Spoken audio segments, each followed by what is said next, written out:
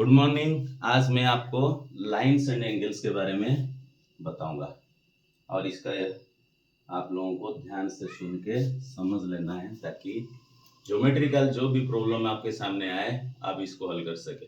हमारे सामने क्वेश्चन होता है, हम उसको क्या एंगल को एंगल के साथ रिलेट नहीं कर पाते, इक्वेशन बनता नहीं। इक्वेशन बनाना जरूरी है।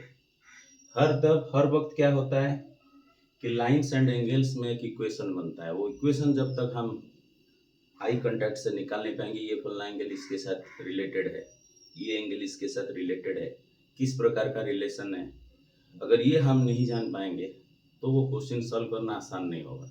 तो हमको जानना है, समझना भी है और याद भी रखना है। तो मैं कुछ तरीके बता रहा हूँ, देखिए और समझिए। तो जैसे आप जानते हैं line and rays, if two line intersect each other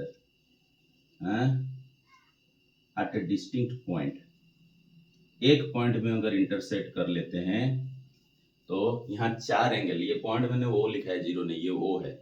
O is the point of intersection है। यहाँ देखो ये पॉइंट में चार एंगल फॉर्म होते हैं और ये एंगल का भी एक दूसरे के साथ रिलेशन होता है। ये कैसे रिलेट करते हैं देखो, 1 and 2, एंगल 1 एंड एंगल 2, ये लीनियर पेयर है। एंगल 2 एंड एंगल 3, ये लीनियर पेयर है। एंगल 3 एंड एंगल 4, ये लीनियर पेयर है। एंगल 4 एंड एंगल 1, ये भी लीनियर पेयर है। लीनियर पेयर का मतलब होता है दोनों का सम 180, दोनों का सम 180, यानी कि angle 1 plus angle 2 equal to 180, angle 2 plus angle 3 is equal to 180, angle 3 plus angle 4 is equal to 180, angle 4 plus angle 1 equal to 180। इसका मतलब होता है ये लीनियर पेयर है, पहला रिलेशन। दूसरा रिलेशन क्या होता है, इन दे आर वर्टिकली, उसमें से pair of vertically opposite angles भी हैं।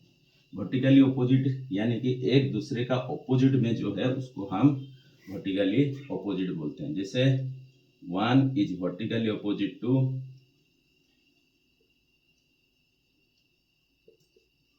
Angle 3, angle 2 is vertically opposite, ये वर्टिकली लिखे हुए डॉट मार दिया, ऑपोजिट टू एंगल 4, ये दोनों वर्टिकली ऑपोजिट है। और रिलेशन क्या होता है ना, इनका रिलेशन होता है वर्टिकली ऑपोजिट एंगल्स आर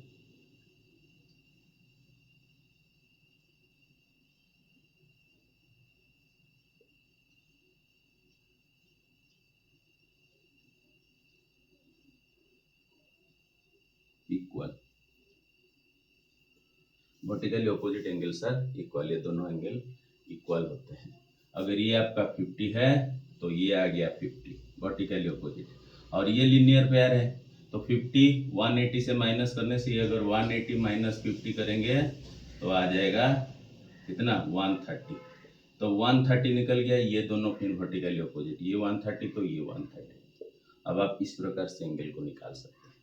ये आपको क्या करेगा, ये रिलेशन आपको जानना जरूरी है। इसके बाद आपका आता है parallel lines, pair of parallel lines intersected by transversal. तो वहाँ कितना ठो एंगल फॉर्म होते हैं, तो ये जो पैरेलल लाइंस हैं इंटरसेक्ट बाय ट्रांसवर्सल, यहाँ आपका 1 2 3 4 5 6 7 एंड 8, 8 एंगल फॉर्म होते हैं। ये जो 8 एंगल फॉर्म होते हैं उनका सब अलग अलग रिलेशन है। सबसे पहले अभी हमने दो रिलेशन पढ़ा लाइन्स एंड एंगल्स का।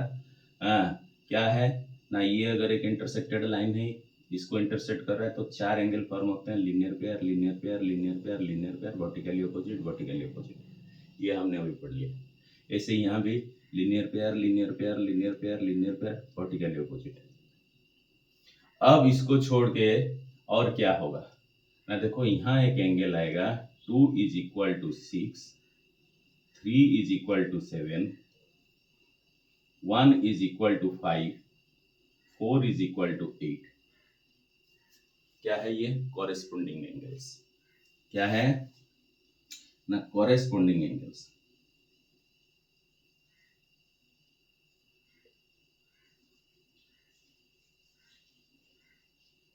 ये इक्वल होते हैं,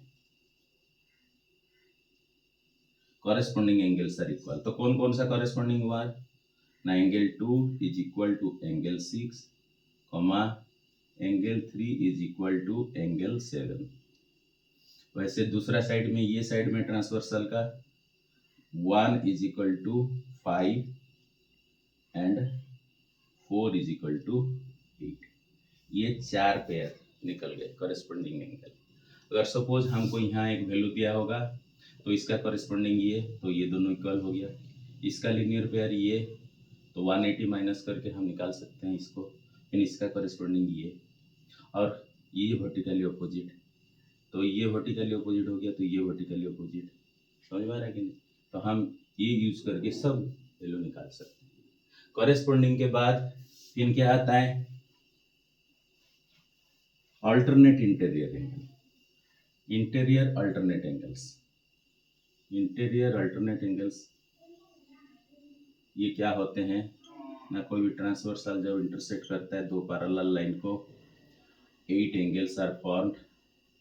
ये हमको जानना जरूरी है, 7 8। इंटीरियर अल्टरनेट एंगल कौन हुआ ना? इंटीरियर बोले तो ये पार्ट में 4 एंगल आते हैं, 3 4 5 6। अल्टरनेट का मतलब क्या हुआ ना? ट्रांसवर्सल का दोनों साइड। तो ये भी अल्टरनेट हो सकते हैं? नहीं, अल्टरनेट ये तो सेम ऊपर हो गया नीचे, सो एक ऊपर एक नीचे, इन दोनों अलग side. So 3 5 alternate interior and alternate angle, 4 and 6 interior alternate angle. So ये भी इक्वल होते हैं। Angle 3 is equal to angle 5, angle 4 is equal to angle 6। समझे? ये क्या हो गया ना? Interior alternate angles are equal. ये इक्वल हो गया। फिर एक्सटीरियर अल्टरनेट भी होते हैं। एक्सटीरियर अल्टरनेट कौन सा है ना? 1 is equal to 7, 2 is equal to 8। ये exterior alternate angles are equal. तो ये क्या होगा ना? 2 angle equal to 8 angle, angle 1 is equal to angle 7। तो ये 2 पेयर निकल गया एक्सटीरियर अल्टरनेट एंगल, ये 4, ये भी 2 पेयर निकल गया इंटीरियर अल्टरनेट एंगल। अब कुल मिला के आपका हो गया क्या? 4 अल्टरनेट एंगल्स। उसके बाद क्या आता है ना? को इंटीरियर एंगल। को इंटीरियर एंगल क्या होता है ना? वो भी इंटीरियर होते हैं, को यानी कि एक ही साइड में होते हैं। तो ये दोनों को इंटीरियर है और ये दोनों को इंटीरियर है। समझ में आया? तो इनका रिलेशन क्या है? रिलेशन जानना जरूरी है। जैसे वो इक्वल होता है, alternate angles equal and corresponding angles are equal, तो इसका रिलेशन क्या होता है ना? इनका सम होता है 180 degree. They are supplementary to each other. So क्या लिखेंगे? को इंटीरियर एंगल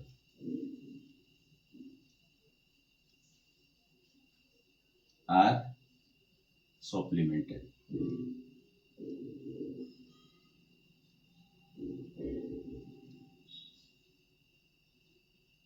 सप्लीमेंटरी का मतलब होता है सम 180 डिग्री। तो बन गया रिलेशन अभी, 4 angle plus angle 4 plus angle 5 is equal to 180 degree, angle 3 plus angle 6 equal to 180 degree. अब ये इसका रिलेशन बन गया। अब हमको अगर सपोज ऐसे लाइन दिया रहेगा, अब बोलेगा कि find all the angles. Question क्या आएगा? जैसे मैंने अभी ये प्यारा पैरेलल लाइन ड्रॉ किया, ये ट्रांसवर्सल ड्रॉ किया, ये L1 है, पैरेलल टू L2 है, लिखा रहेगा L1 parallel to L2 and P is the transversal, P is the transversal. अब ये एक एंगल दिया होगा, ये बोलेगा 65 डिग्री, मतलब find all the angles. If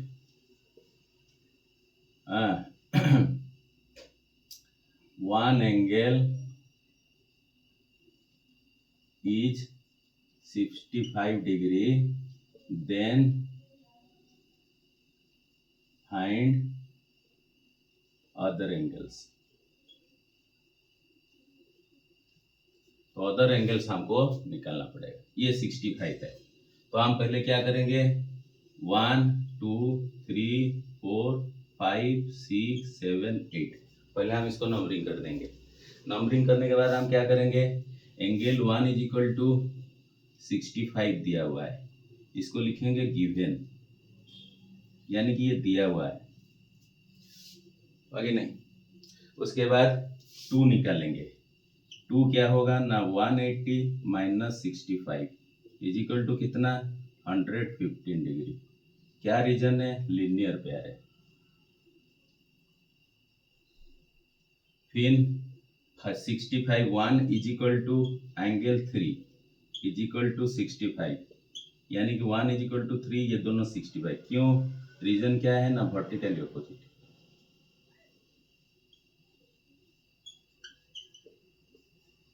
vertical opposite. फिर 3 is equal to 5, angle 3 is equal to angle 5 is equal to 65, तो 5 भी 65 3 भी 65, तो क्या हो गया, रिलेशन ऑफ इधर क्या हो गया ना, इंटीरियर ऑल्टरनेट एंगल्स। अब 5 is equal to 7, vertically opposite, angle 5 is equal to angle 7 is equal to ये भी 65, वर्टिकली ऑपोजिट। तो हमको रीजन साइड में से लिख के जाना पड़ेगा। अब देखो 3 हमारे 3 हम 2 हमारे पास आ गया, 2 इज इक्वल टू 115, 2 115 तो 6 भी 115, angle 2 is equal to angle 6 is equal to 115 degree. Reason क्या है ना, कॉरेस्पॉन्डिंग एंगल से।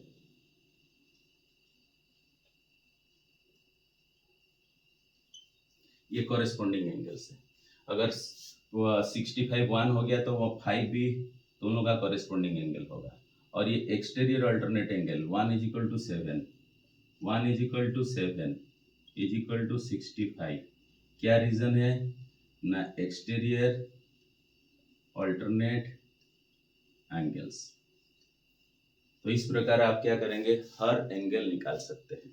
तो इसको आपको समझना पड़ेगा, ये एंगल को बार बार आपको कॉपी में ड्रॉ करके प्रैक्टिस कर लेना है, तो आपके लिए ये चीज़ आसान हो जाएगा। Thank you. चैनल को सब्सक्राइब करिएगा, लाइक एंड शेयर करिएगा।